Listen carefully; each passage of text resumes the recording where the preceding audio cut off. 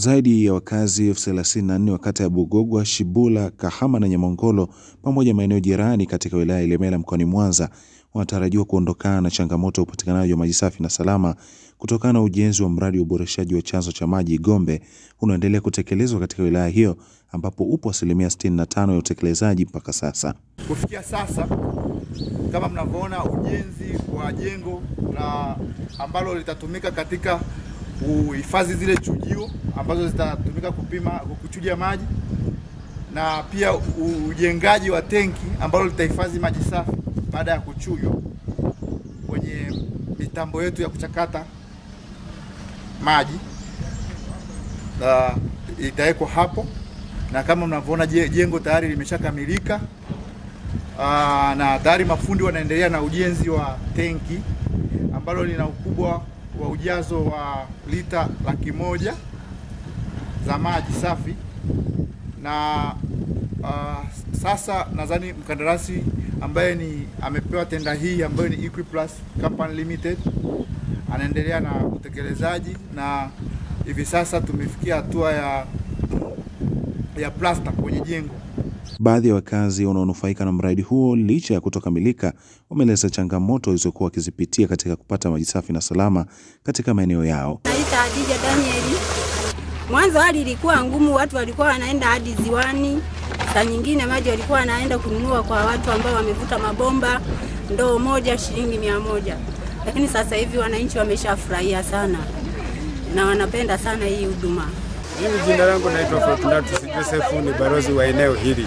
Kipindi bado hatujapata hili bomba, tulikuwa maji tulikipata sana ziwani na bomba moja lilikuwa kule chini, lakini watu walikuwa wanashinda pale wakichota maji baada ya kuonekana kwamba hayatoshelezi kwa wakati.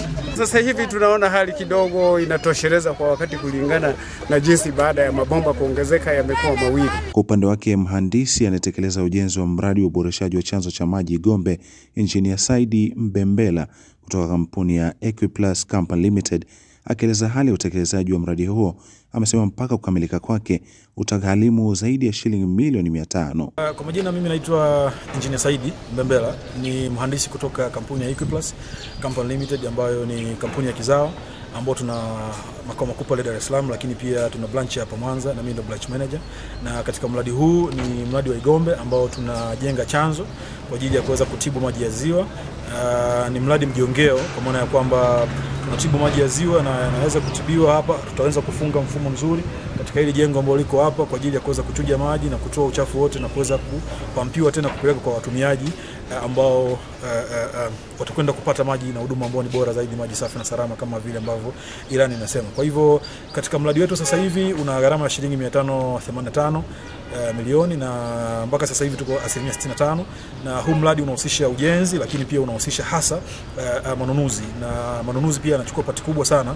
Kwa kwenye ujenzi ni kama tumefikia kama 85% mpaka 90%, lakini kwenye manunuzi tupo pia kama 70%.